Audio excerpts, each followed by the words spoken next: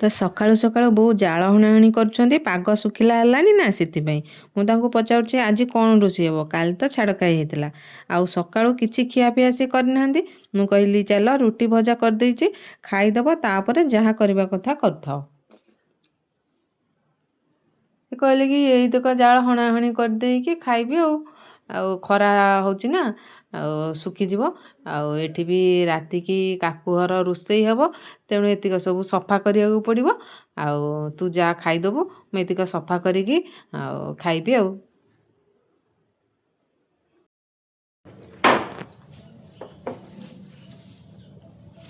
ଯାଉନ ଚା ପିଇଦେବ।